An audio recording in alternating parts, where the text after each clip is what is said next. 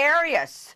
Jodi Arias in front of the cameras, even after being found guilty of murder one in the brutal slaughter of her lover, Travis Alexander, slashing him to death, leaving him in his own shower. Arias continuing to spew lies, dragging Travis through the mud, and of course, selling her t-shirts. The convicted killer still trying to call the shots from behind bars, asking for makeup, demanding hair, and not to be seen in prison stripes. Arias giving the performance of a lifetime. What did you want to happen on June 4th, 2008? You went to his house. What were you expecting was going to happen?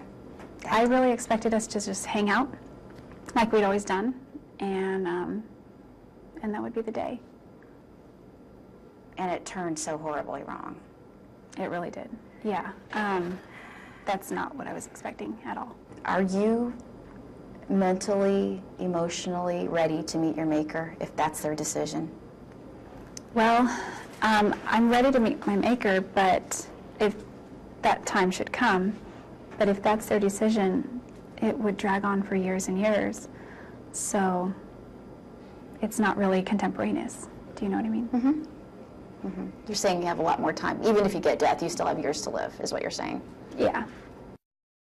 Why did you wait for so long to tell the truth?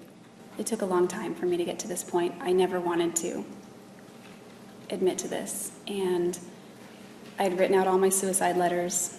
I sent my note, I sent them all in an envelope to my grandmother's, do not open until November 10th, 2008. I was hoping to be dead by then. I was like giving myself a little time to get my affairs in order.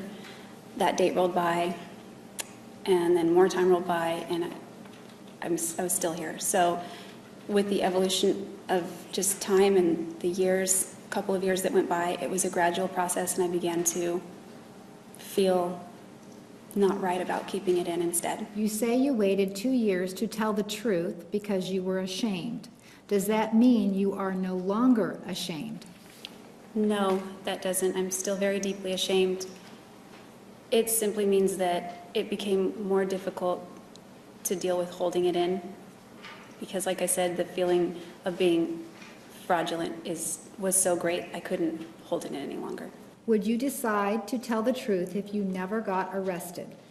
I honestly don't know the answer to that question. At one point, the jury had a question for you, and they said, if you hadn't been caught, do you think you would have turned yourself in? And are you sorry you got caught? You said you couldn't answer that at the time. Well, I couldn't answer that. I don't know if I would turn myself in. Mm-hmm. I'd like to think that I would, Mm-hmm. because that would be the right thing to do. On the other hand, can you imagine willingly giving up your freedom? That's a difficult decision to make. So you wouldn't have done it? I can't say that I wouldn't have. I can't say that I would have. I still don't know the answer to that question. And as far as being sorry that I got caught, I wouldn't couch it like that. He got to meet my daughter and hold her for the first time. He said she was the most beautiful little girl he's ever seen.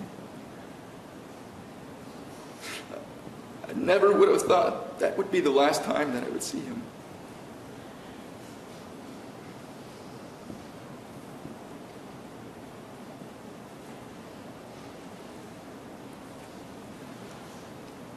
The nature of my brother's murder has had a major impact on me. It's even invaded my dreams. I have nightmares about somebody coming at me with a knife and then going after my wife and my daughter. When I wake up, I cannot establish what is real, what is a dream. I've even gone through the house, searching through rooms, shaking my family to wake them up to make sure that they are alive.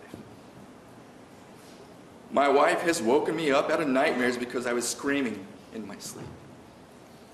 It may sound childish, but I cannot sleep alone in the dark anymore. I've had dreams of my brother